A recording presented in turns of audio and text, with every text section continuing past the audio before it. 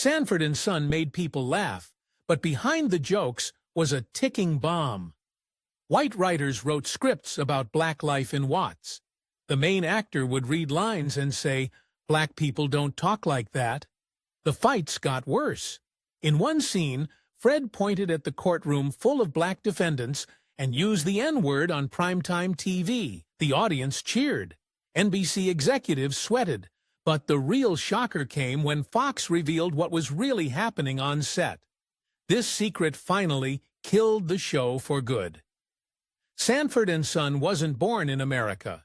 It started as a British show called Steptoe and Son, which ran on BBC One from 1962 to 1974.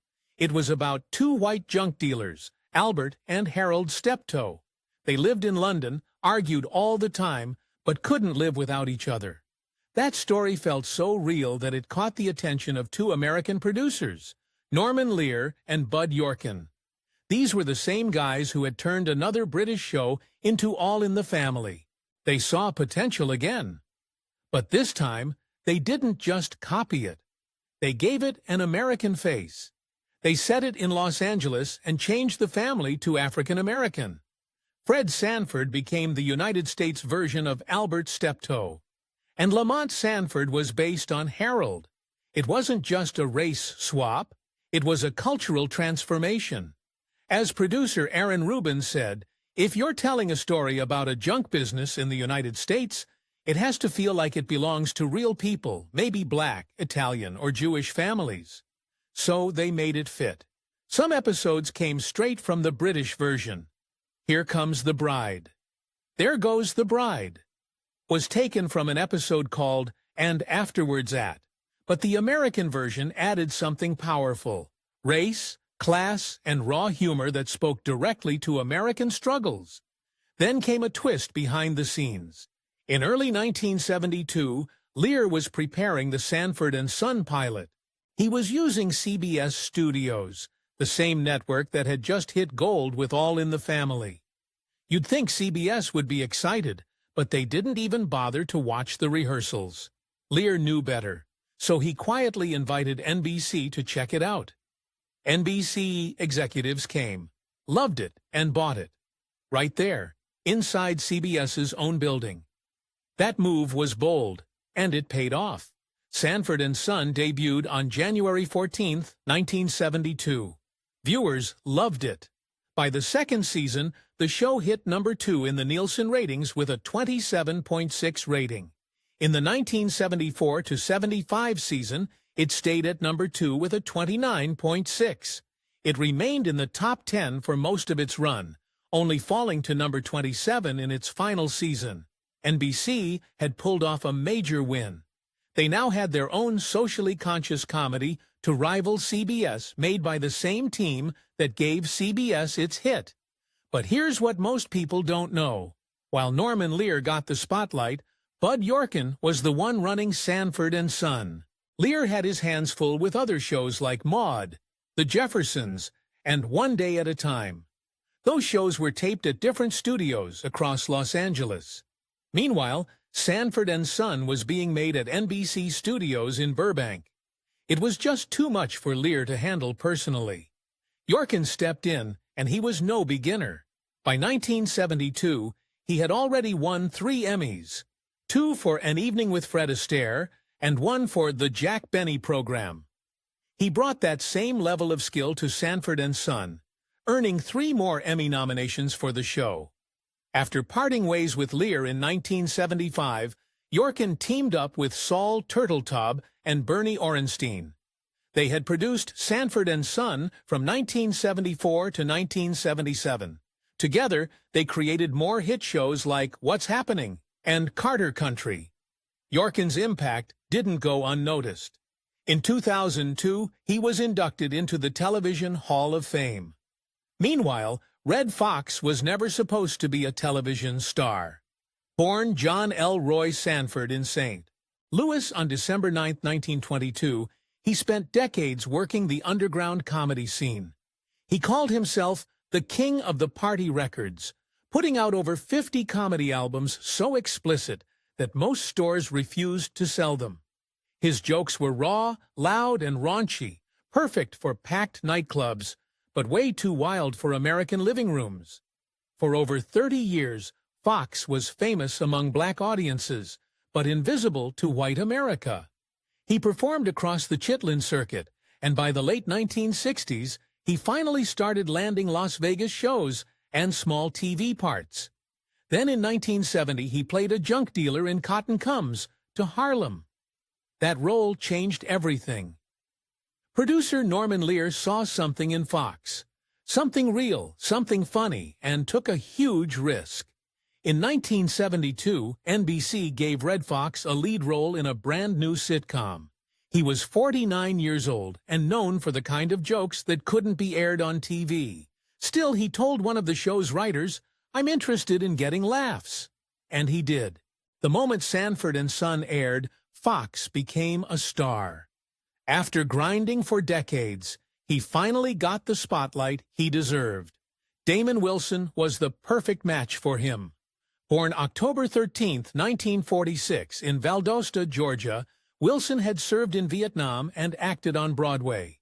At first, NBC had another actor in mind, Johnny Brown, but he couldn't get out of his contract with Laugh-In. That twist of fate opened the door for Wilson. In 1971, he played a robber in an episode of All in the Family, and that short role caught Norman Lear's eye. The next year, he was cast as Lamont Sanford. Despite a 24-year age gap, Wilson and Fox had electric chemistry. Critics said their connection was the heart of the show. In 1974, Fox walked off the show in a salary fight, and Wilson had to carry the series by himself. He kept it going without its star, but things turned cold between the two. In 1977, Fox suddenly left for ABC. He didn't even tell Wilson, "I had no animosity." Wilson later said, "But it hurt. I found out in the hallway from a newscaster."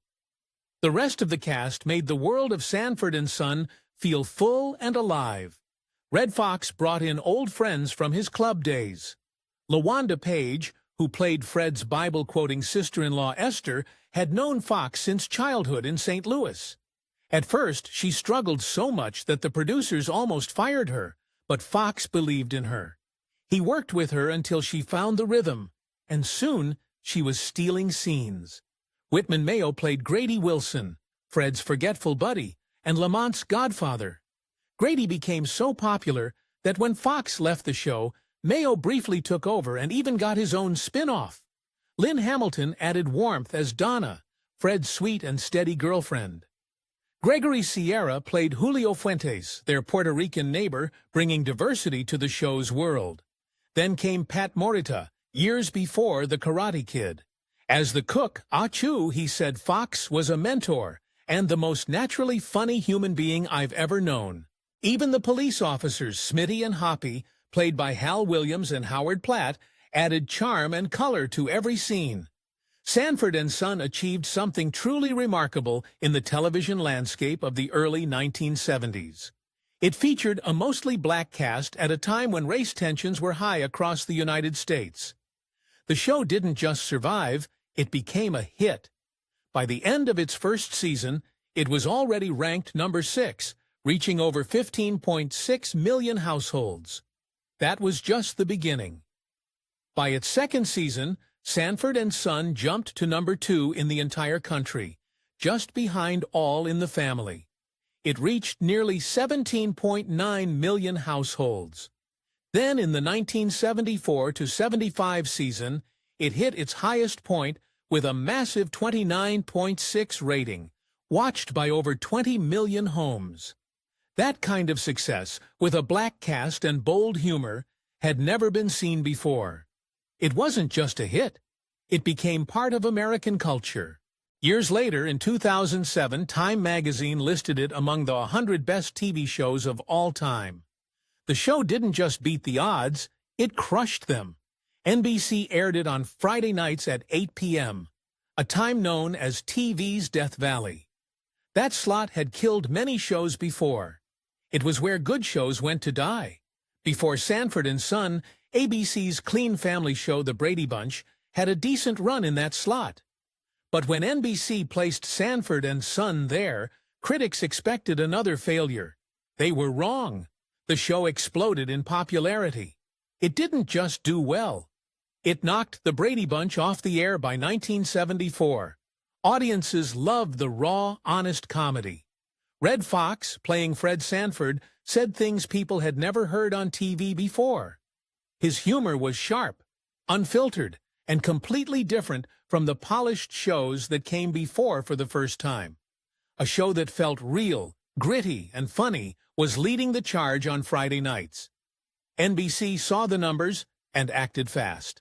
By 1974 to 75, they built a full Friday night lineup around Sanford and Son. At 8:30 p.m. came Chico and the Man, a new comedy that became the #3 show in its first year. At 9 p.m., The Rockford Files kept viewers hooked with detective stories.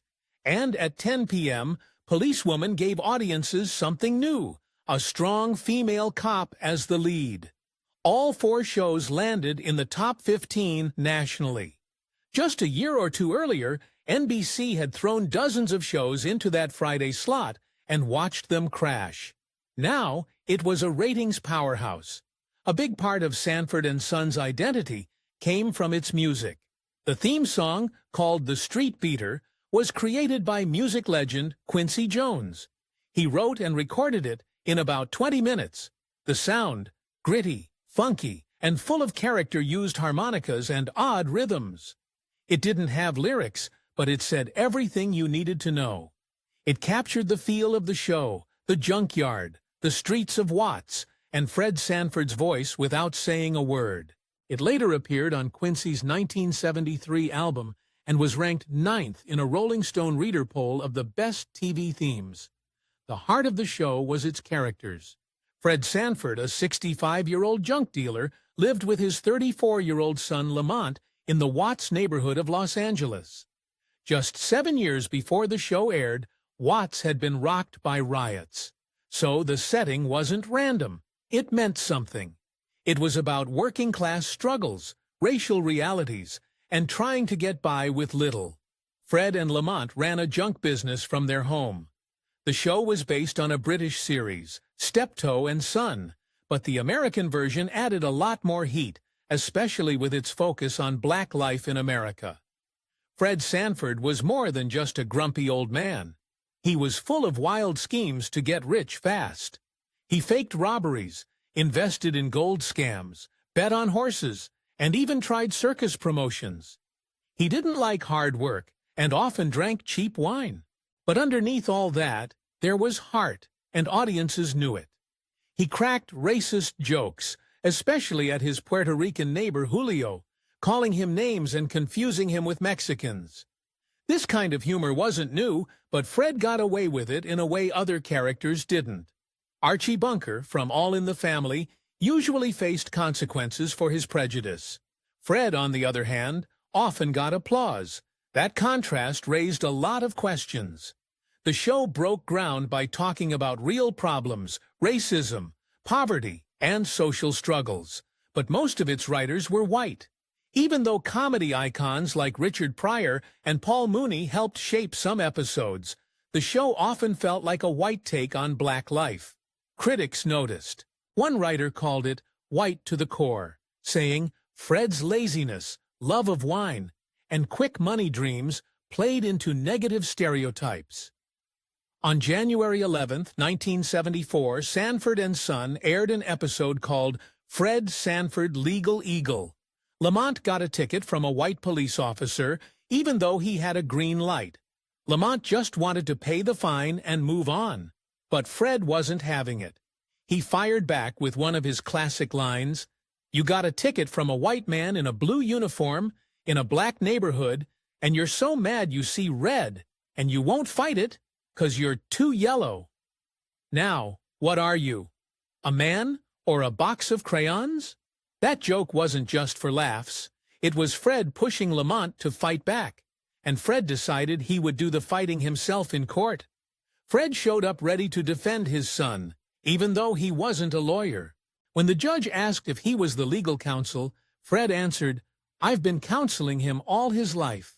The courtroom started off playful, but the mood quickly shifted. When Fred looked the officer in the eye and asked, "What have you got against black drivers?" the room exploded. The judge had to calm everyone down. Then came Fred's next line. "Well, that's what's wrong with the court, Judge. A black man ain't got a chance down here." The judge replied, "I'm black." But Fred didn't back down. He just said, "Well, you the judge, that don't count." Then came the line that would make TV history. Fred pointed to the courtroom and asked the officer why he only arrested black drivers. The officer replied, "I do arrest white drivers." Fred wasn't buying it. He looked around and shouted, "You do? Well, where are they? Look at all these Ennis in here. Look around here. There's enough Ennis in here to make a Tarzan movie." It wasn't random. Red Foxx, who played Fred, wanted that line in the script. The producers were hesitant, but Foxx insisted. He told them, "I can do it. You can't do it. I don't want somebody else doing it, but I can do it." He knew exactly what he was doing. That line was a punch in the face to the justice system. And it was also a jab at Hollywood's long, ugly history of racism, especially in those old Tarzan films where Africans were shown as background noise, not people. Foxx didn't deliver it as a joke. He said it like he meant it. That's what made it so powerful. And the studio audience felt it too. They didn't just laugh, they roared. People stood up and clapped. It felt more like a boxing match than a sitcom taping. Producer Bud Yorkin later said, "They never got any complaints about the line." But others say, that's not entirely true. Some critics were outraged. There were rumors the scene got the show canceled, which wasn't accurate. Sanford and Son kept going strong until 1977. In fact, the episode still holds an 8.6 out of 10 rating on IMDb from 241 reviews. The scene stuck in people's minds. It wasn't just a funny moment, it was real. It showed how comedy could speak to pain, and how pain, if spoken loud enough, could make people laugh, but also think. NBC had been nervous about that kind of content before. But Sanford and Son was a hit. It was one of the top 10 shows on TV. That gave the creators freedom, and they used it to tell the truth, even if it hurt. Now, some people compare Sanford and Son to All in the Family. That show also tackled big issues like racism, but it did it differently. Archie Bunker was clearly the problem. He was loud, rude, and wrong, and by the end of every episode, he looked like a fool. His family would challenge him. The audience was never meant to agree with him. That show was created mostly by white writers. It was about white America's problems. And it won awards for how it handled race, including one from the NAACP in 1972. But Sanford and Son was different. It came from the black experience. And Fred's jokes didn't always get challenged. Sometimes the show let them land and moved on. Sometimes there was applause.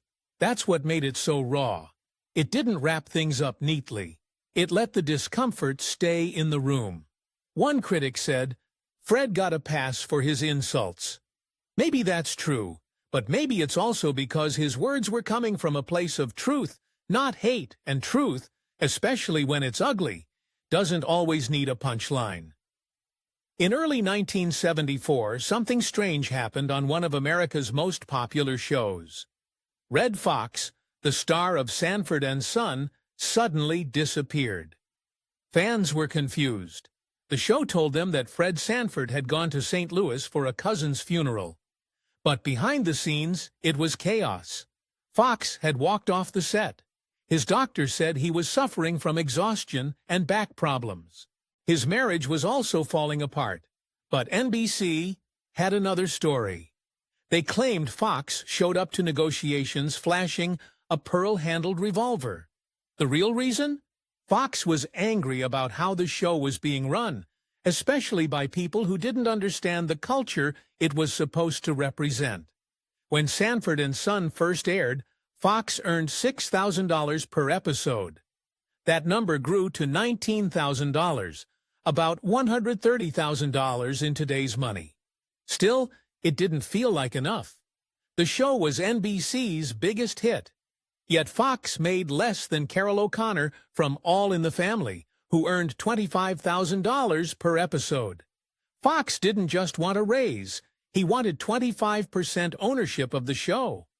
NBC was stunned. They thought he was asking too much. Talks broke down. Fox refused to film. The show tried to go on without him, but things kept getting worse. Tandem Productions, which made the show, filed a $10 million lawsuit against Fox. It was one of the biggest legal fights in TV history. The drama didn't stop there.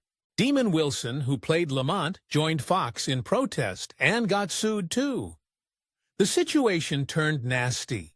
At one point, producers mocked the entire situation with a parody episode called Steinberg and Son.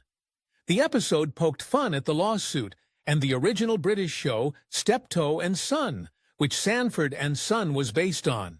It was a bold move that showed just how messy things had become. Fox also had a strange complaint. His dressing room didn't have windows. It might sound small, but it mattered to him. He asked for a window. NBC said no. He kept pushing. Eventually, they gave in. The fight became so well known that they even made an episode about it called Fred Meets Red. Fox also demanded a golf cart to move around the studio. These demands weren't just about comfort. They were about respect, something he felt was being denied to him, even as the show's biggest star. NBC was in a tight spot. Season 3 was supposed to have 25 episodes, but only 18 were filmed before the walkout. Instead of canceling, the network got creative. They said Fred was away and brought in Grady, played by Whitman Mayo, to fill in. Ratings held steady. In fact, NBC even spun Grady off into his own show later that year. To keep things smooth, they held back some of the missing episodes and aired them later. Once Fox returned, it worked, but it also proved Fox's point. He was crucial to the show's success, and yet treated like he was disposable. Part of what made Fox so upset was who was writing the show.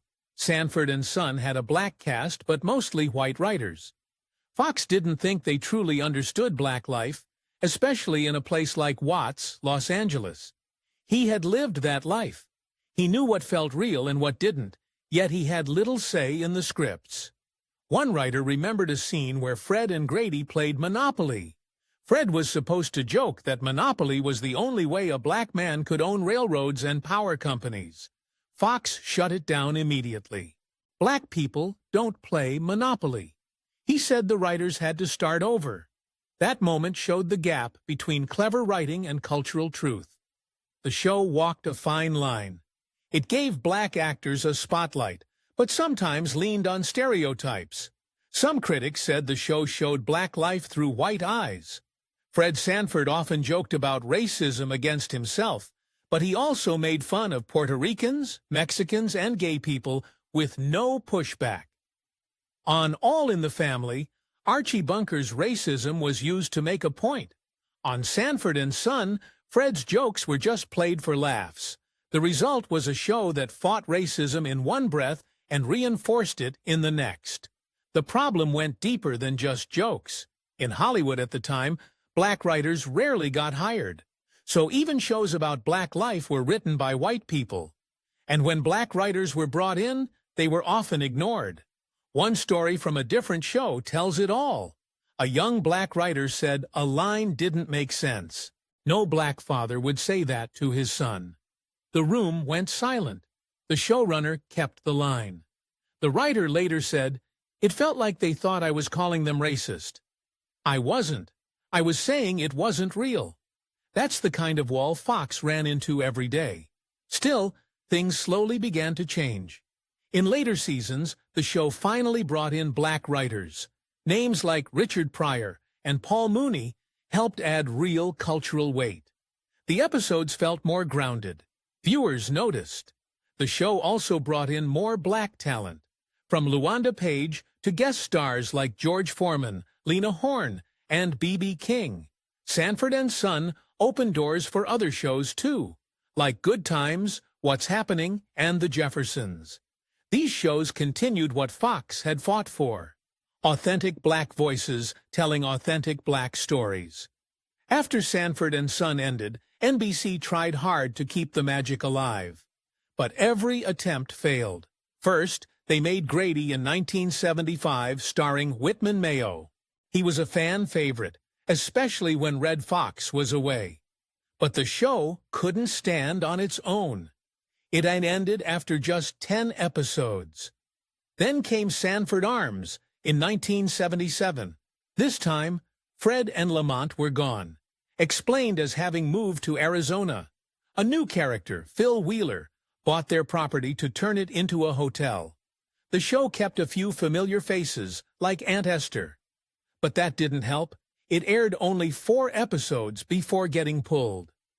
4 more episodes were made but never shown: Young Love, the TV show, The Wedding Reception, and the Ernie Williams Memorial Golf Course.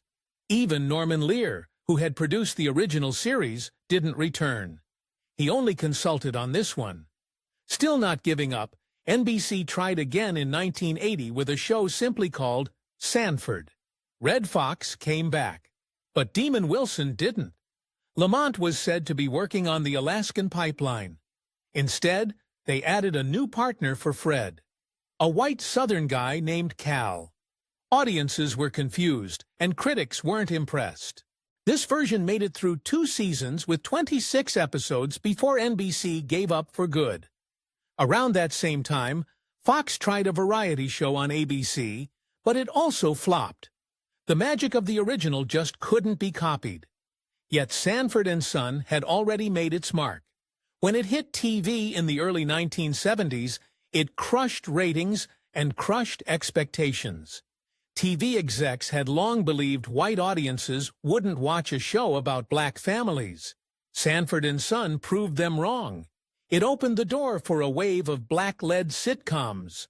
By 1975, shows like Good Times, Chico, and The Man, What's Happening, That's My Mama, and The Jeffersons had all joined the scene. These weren't background roles anymore. Black performers were finally front and center, with stories rooted in real neighborhoods and working-class life. The show also shaped how black sitcoms were written. Writers like Sarah Finney Johnson, who later co-created Moesha, started on shows like The Jeffersons.